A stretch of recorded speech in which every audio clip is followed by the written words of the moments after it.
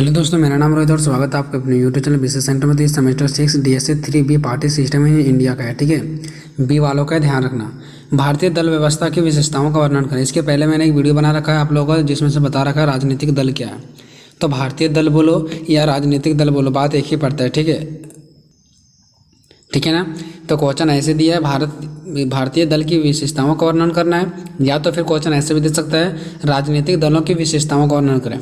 दल मतलब क्या होता है? पार्टी, अलग अलग पार्टी, भारतीय जनता पार्टी, ठीक है ना। इस टाइप से जो कम्युनिस्ट पार्टी, जितने भी सारे प्रकार की जो पार्टियां हैं ना, उन्हीं का हमें विशेषताओं का वर्णन करना है कि उन लोग पार्टियों में क्या विशेषता रहती है, ठीक है ना। तो सबसे पहले लिखना भारतीय दल की व्यवस्था का विशेषताएं। अब पहले ये बताओ कि भारतीय में दलीय व्यवस्था है कैसा, कि भारत में जो दलीय व्यवस्था यानी कि दलों का व्यवस्था वो कैसा है। तो वर्तमान युग में लोकतंत्र का युग, आप सभी को पता है कि जो वर्तमान का समय चल रहा है वो लोकतंत्र का समय चल रहा है। आपको ऐसा ही लिखना है, लोकतंत्र के लिए दल अनिवार्य होता है। अगर कोई भी देश लोकतंत्र है तो उसमें दल होना अनिवार्य, यानी पार्टी का होना अनिवार्य, नहीं तो देश विकास नहीं करेगा, ठीक है।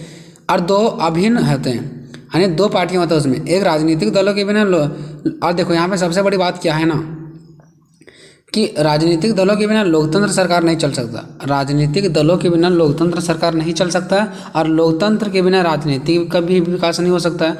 मतलब पार्टियां भी होने जरूरी है तो देश का लोकतंत्र भी होना जरूरी है। भारत विश्व में सबसे बड़ा लोकतांत्रिक देश है। आप सभी को पता है कि भारत जो विश्व में सबसे बड़ा लोकतांत्रिक देश है। अतः भारत में दलीय व्यवस्था भी है। भारत में ऐसा बात नहीं कि इसमें पार्टी नहीं, यहाँ पार्टी भी है, परंतु यहाँ पे राजनीतिक दलों का जो विकास हुआ है ना, राजनीतिक दल यानी कि जो पार्टियां का विकास उस प्रकार से नहीं हुआ कि जितना कि पश्चिमी लोकतांत्रिक देशों में हुआ, यानी पहले के बड़े देशों में हुआ है। क्योंकि वहाँ पे लोगों को पार्टियां जो है ना वो अच्छे रूप से काम करते हैं, लेकिन हमारे यहाँ का पार्टी घुसखोर निकल जाते हैं ना, तो वो अच्छे रूप से काम नहीं करते हैं। ये सबको डिस्कशन करना भारतीय दलीय व्यवस्था में। चलते हैं विशेषता की ओर। तो बहुदलीय प्रणाली आपको लिखना है विशेषता और हेडिंग डालना और इसका एक्सप्लेनेशन भी करना आप सभी को, ठीक है। एक्सप्लेन भी करना आगे। बहुदलीय प्रणाली, तो भारत के लोकतंत्र देश में बहुदलीय प्रणाली होता है, क्योंकि यहाँ पे अलग अलग प्रकार की पार्टियां पाई जाती है, अलग अलग प्रकार के दल पाए जाते हैं। तो आपको पार्टी नहीं बोलना, आपको हिंदी में दल बोलना, ठीक है। अलग अलग प्रकार के दल पाए जाते हैं, जैसे जनता पार्टी, भारतीय जनता पार्टी हो गया, कांग्रेस पार्टी हो गया, कम्युनिस्ट पार्टी हो गया, इत्यादि प्रकार के बहुदलीय प्रणाली पाया जाता है। दूसरा खंडीकरण। यहाँ पे क्या होता है कि जितने सारे पार्टियां होती हैं उसका खंडीकरण भी किया जाता है, टुकड़ों किया जाता है, उसको दो भागों में बांट दिया जाता है, या फिर उससे कुछ लोग निकल करके उसको क्या कर देते हैं, खंडित कर देते हैं। वहाँ से मतलब कुछ लोग निकल जाते हैं।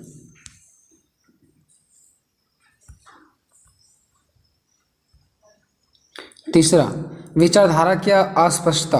देखिए भारतीय के जो राजनीतिक दल है ना, उसमें से एक बहुत बड़ा कमी होता है कि भारत के जो दलें होते हैं ना, उसमें जितने सारे लोग शामिल होते हैं ना, उसका जो विचार होता है ना वो कभी भी अस्पष्ट नहीं निकल पाता है। अस्पष्टता होता है, मतलब बिल्कुल स्पष्ट नहीं होता है, अस्पष्ट होता है, मतलब खराब चीज़ होती है ना।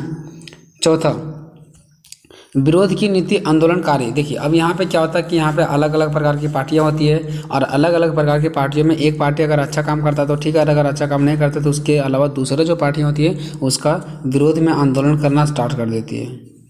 तो ये सब किसका विशेषता है? तो ये सब सभी विशेषता है अन्य किसका? तो ये हमारा सभी जो विशेषताएँ हैं वो है हमारा पार्टियों का, दलों का। पाँचवा विपक्ष का उदय। अब देखिए विपक्ष का उदय कब होता है? जब एक पार्टी अच्छे रूप से काम नहीं कर रही होती है तो इसका विपक्ष पार्टी का उदय हो जाता है, और उसके विपक्ष में बुराइयां करना स्टार्ट कर देता है।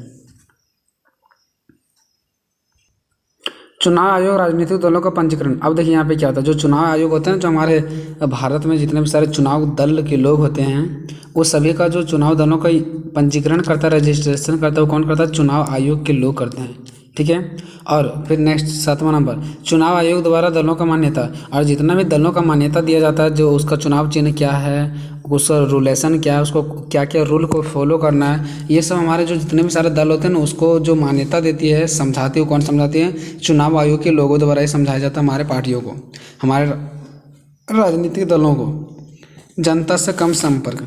अब देखिए जो राजनीतिक दल होता है वो जनता से कम संपर्क रहता है। क्यों? सिर्फ जिस टाइम वोट होता है, जिस टाइम वोट का समय आता है, चुनाव का समय, उस टाइम सभी के घर घर घूमते हैं, बिल्कुल मछलियों मेढकों की जैसा।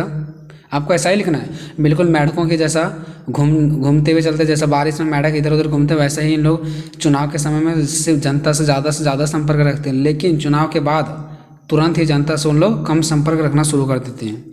ये भारत में देखा गया है।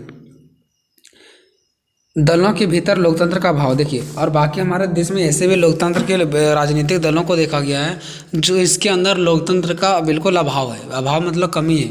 उन लोग को पता ही नहीं कि लोकतंत्र में कैसा काम किया जाता है। सो ठीक है, उन लोगों को बिल्कुल ऐसा पता नहीं होता है। 10 नंबर है विपक्ष पार्टी का होना। अब देखिए इसमें क्या होता है कि विपक्ष पार्टी होते हैं। विपक्ष पार्टी कैसे होते हैं, मैंने इससे पहले भी एक पॉइंट ये लिख रखा है, ये दो डबल पॉइंट आ गया तो कोई दिक्कत नहीं आपको, ठीक है ना। विपक्ष पार्टी होता है क्योंकि जब ये पार्टी, इसमें मतलब हमेशा दो पार्टी होती है। एक पार्टी जो जीत जाता है उसको सत्ताधारी पार्टी कहते हैं, और जो एक पार्टी नहीं जीतता है उसको विपक्ष पार्टी बोलते हैं, ठीक है। पॉइंट मैंने चेंज कर दिया इसलिए आपको इसको कट नहीं करना। विपक्ष पार्टी दो प्रकार की होती है, एक सत्ता पार्टी जो जीत जाती है, और एक इसका जो हारी हुई पार्टी रहती है वो विपक्ष पार्टी रहती है। हमेशा उसका विपक्ष में बुराइयां करते रहती है, ठीक है दोस्तों। ये वीडियो आपको कैसा लगा कमेंट बॉक्स में जरूर बताएं।